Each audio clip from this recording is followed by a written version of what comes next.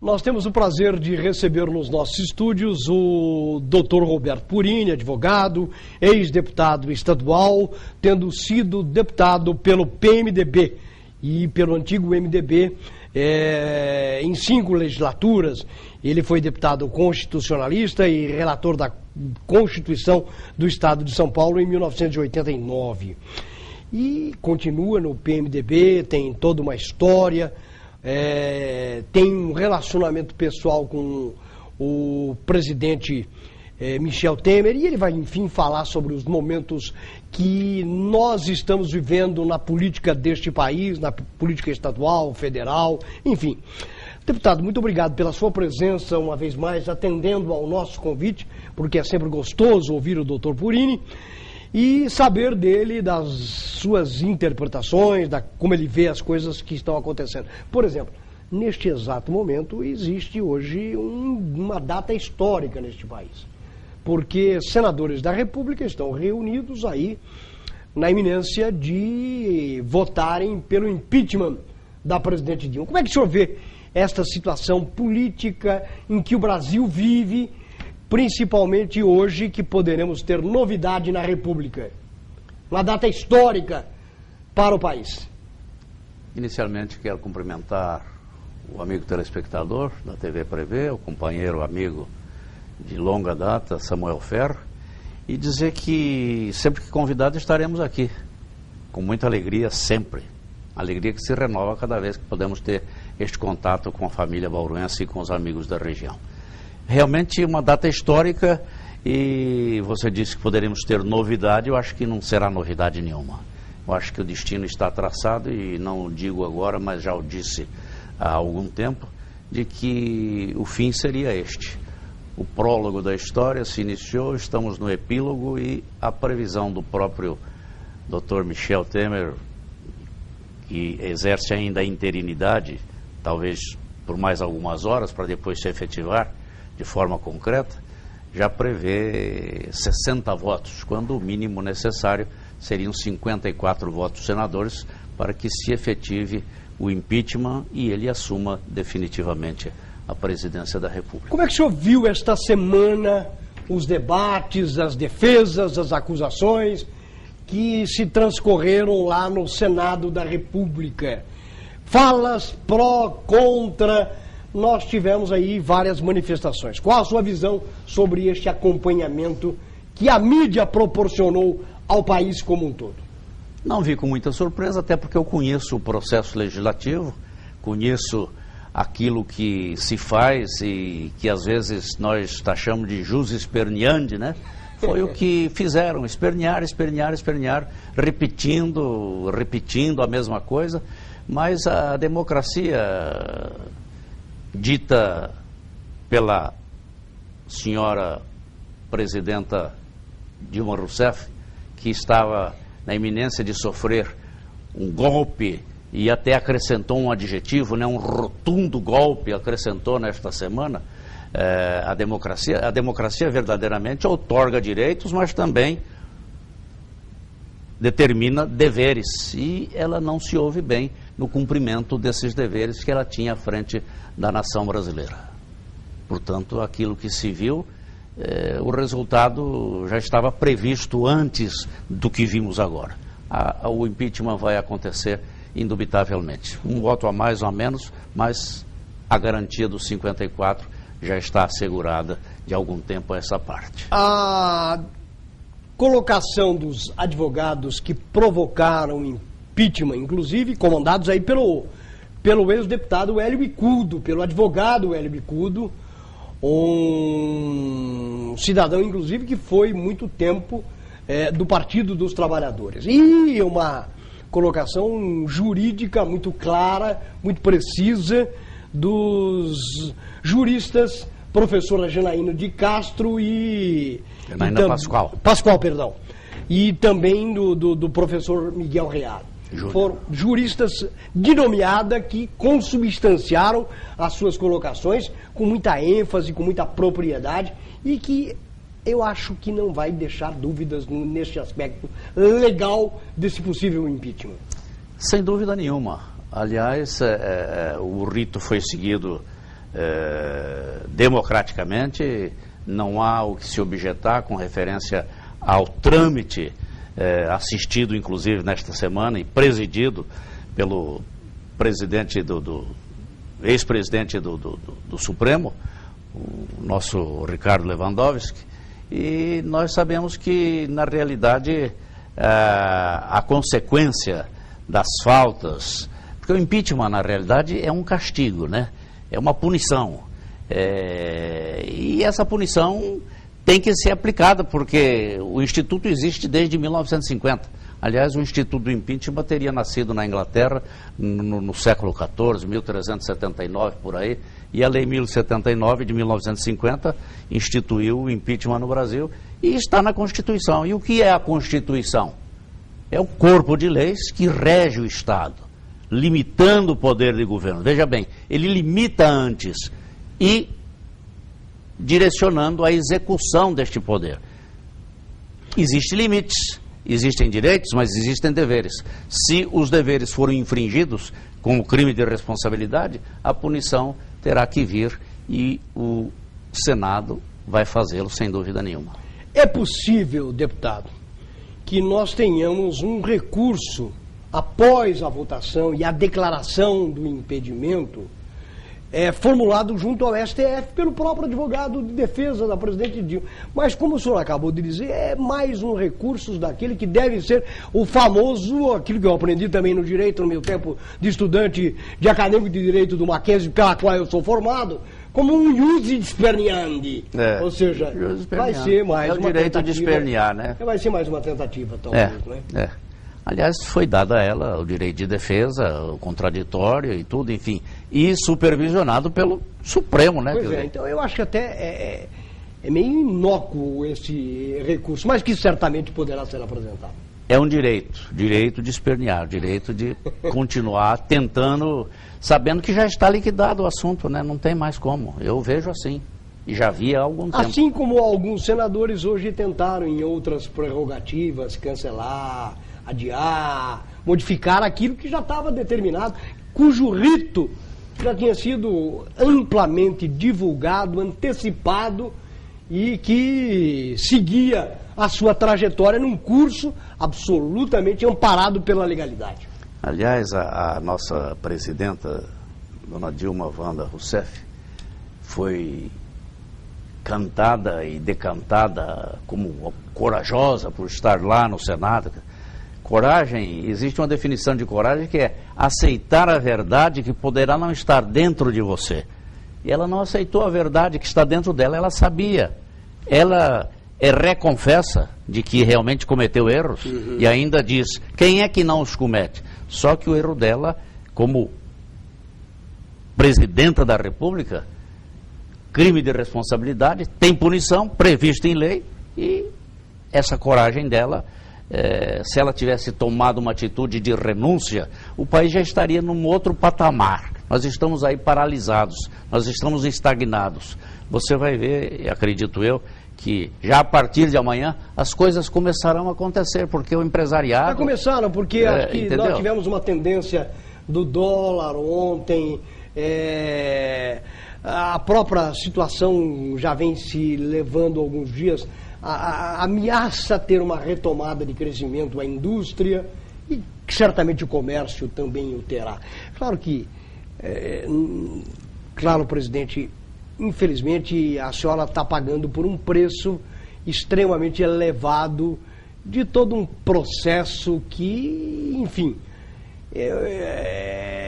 culminou com uma tristeza que nós estamos observando, que é a crise brasileira.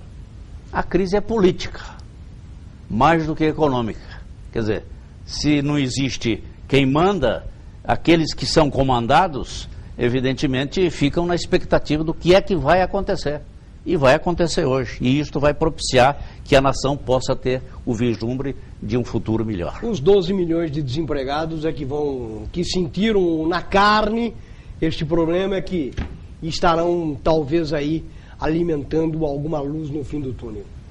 Eu não tenho dúvida de que o país rico como é, e se não fosse, o Dr. Ulisses dizia que a moral é o cerne da pátria e que o cupim é é aquele que a corrupção é o cupim da nação. E é isso mesmo, né? Cupim teve aí durante todo o tempo, e não conseguiu comer tudo. E o país é rico demais e tem condições de sair dessa situação. Mas é preciso que se resolva politicamente para saber quem é o presidente deste país. Deputado, eu vou fazer uma pergunta que eu acho que a sua resposta é o óbvio do que está acontecendo e o reflexo das próprias candidaturas registradas nesta eleição. Claro que certamente os reflexos mais negativos incidirão sobre o Partido dos Trabalhadores. Haja vista que nós tivemos aí nos municípios uma queda acentuadíssima de candidaturas majoritárias e proporcionais deste partido, face à situação negativa que o partido hoje vem colhendo seus frutos e até mesmo pela defecção com a mudança de muitas lideranças. E certamente esses reflexos, aí que eu digo que é o óbvio, terão reflexos naqueles que ainda se mantêm nesta sigla. Eu não tenho dúvida disso. Aliás, eu tenho visto algumas propagandas onde o céu está escuro, não existe mais estrelas. Estrelas vermelhas. Isto é um reflexo do que você acabou de afirmar, quer dizer, é consequência desse destempero que aconteceu e que reflete em cima do partido. O partido que acabou com a situação que o país poderia estar num outro patamar, tem que esconder mesmo aquele que era o símbolo, né? Que era a estrela. E veja, deputado, vou dar dois exemplos, um de uma cidade grande e uma da cidade aqui da região. Nós temos aí a Marta, que foi deste partido, foi histórica, foi casada com o senador Suplicy, que deixou o partido, foi muitas vezes candidata e eleita senadora até por esse partido, está aí hoje na segunda colocação, devendo ir até para o segundo turno, mas em uma outra sigla. E o próprio candidato do partido, da cidade dela, deve naufragar e não deve chegar no segundo turno. E por outro lado, nós temos aqui um também quase histórico do partido, que é o prefeito de Jaú, que saiu do partido, ele era um histórico do partido, e acabou migrando para um outro partido e está aí praticamente liderando a pesquisa aqui na cidade de Jaú, ou seja, situações de gente que deixa o partido, não acreditar nas propostas que o partido tinha ou não estar contente com aquilo que aconteceu, migrando, porém levam o prestígio pessoal atrás de si para postular uma nova possibilidade eleitoral. O símbolo dessa deserção está no nome que você citou ainda há pouco, Dr. Hélio Bicudo, né, que desde algum tempo a esta parte não concordou com aquilo que estava acontecendo e foi um dos responsáveis, junto com Janaína Pascoal e Dr. Miguel Reale Júnior, do pedido que a Câmara aceitou e o Senado agora vai acabar por concretizar, que é o impeachment, que é o impedimento, que é castigo sim, que é um corretivo para quem não cumpre as suas obrigações de forma correta, de forma transparente. Essa gente que cobrou tanto a transparência, hoje estão aí de forma opaca apresentando-se à nação. Nós recepcionamos, e aqui sempre foi um espaço democrático, desde quando o Partido dos Trabalhadores não tinha esta projeção, e ao longo desses anos eu entrevistei muitas lideranças do PT. E uma delas que eu aprendi a respeitar e que gosto até da sua postura política, da sua postura profissional como homem, como político, é o deputado Arlindo Quinalha. E ele me disse aqui, não falou até na frente das câmeras, mas me disse aqui em off, olha, Samuel, na câmera ele falou que mandou averiguar a vida dele para levantar, porque ele não compactuava com ninguém desses corruptos que o partido produziu.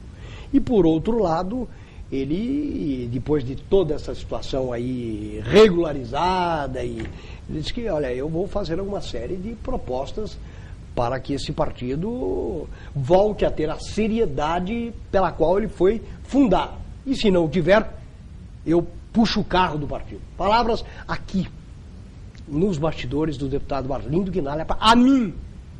Isso é um reflexo.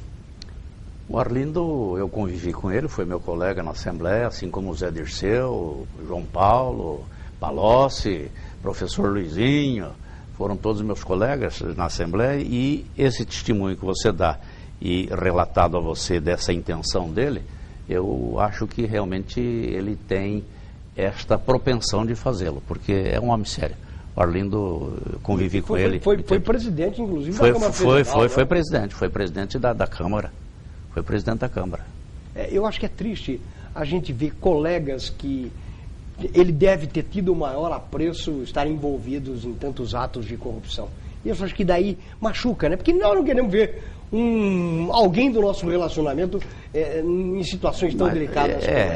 E de repente acaba se generalizando, né? Porque é evidente que em toda parte existe o bom e o mal.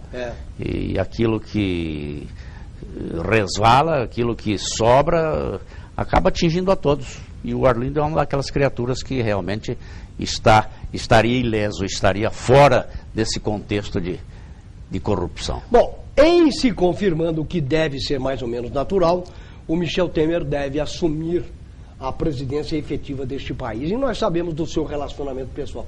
Deputado, como é que vamos aproveitar, como é que Bauru pode aproveitar deste seu relacionamento pessoal para usufruir daquilo que a presidência pode fazer pelo município? A minha convivência com o Michel vem desde o tempo do governo Montoro, né? Quando o Michel era o secretário da Segurança Pública. E de lá para cá nós tivemos muitas vezes juntos, inclusive recebendo títulos de cidadania na região, juntos. Temos fotografias disso tudo. Aliás, eu já visitei o Michel como presidente da República. Não agora, ainda como deputado, ele assumiu interinamente, numa vacância, né, como presidente da Câmara dos Deputados, e ele nos recebeu, a mim, Jaime Gimenez, José Carlos Tonin, delegada Rose e Milton Monte. Estivemos os 5 lá na presidência quando ele assumiu naquele período de 5 ou 6 dias. Ô, deputado, claro que infelizmente... E até hoje, viu? Aliás, hoje quem tem mais contato com ele é meu filho, porque está aí na lide, né? Eu estou afastado, assistindo apenas, mas o meu filho tem tido contatos com ele. E o Michel, na última candidatura a deputado federal, ele me telefonou, queria que eu saísse candidato a deputado estadual. Eu disse, doutor Michel, infelizmente eu não tenho mais condições, eu tive um câncer e não tenho mais condições de estar enfrentando as coisas e tal. Não, mas seria muito importante e tal. Enfim, mas somos amigos e evidentemente que Bauru vai ganhar com isso. Como deverá ganhar aqui entre nós, vou fazer aqui não é uma confidência, mas talvez seja um presságio, né, um vaticínio. Nós vamos ter um embaixador em Brasília, que deixa o seu mandato aqui, mas deve, pela sua posição, pelo seu prestígio, ocupar algum cargo que poderá estar favorecendo imensamente a nossa Bauru. Não preciso dizer de quem estou falando. Falo de Rodrigo Agostinho. Que é do partido do presidente. Que é do partido do presidente e é o nosso companheiro, já 2 legislaturas aí, à frente dos destinos desta terra. E nós sabemos como é que ele se ouve e como é que ele é visto, não a nível local apenas, mas em nível estadual e até federal. Eu faço esse vaticínio e pode ser que aconteça. Eu tinha muita coisa para conversar com o deputado Roberto Purini, mas infelizmente o tempo hoje é mais curto em função do horário gratuito do Tribunal Regional Eleitoral que nós estaremos retransmitindo a partir da 1h. Muito obrigado, deputado, muito obrigado a todos. Nós seguimos com a programação aqui da TV Prevê e acompanhando o horário do TRE.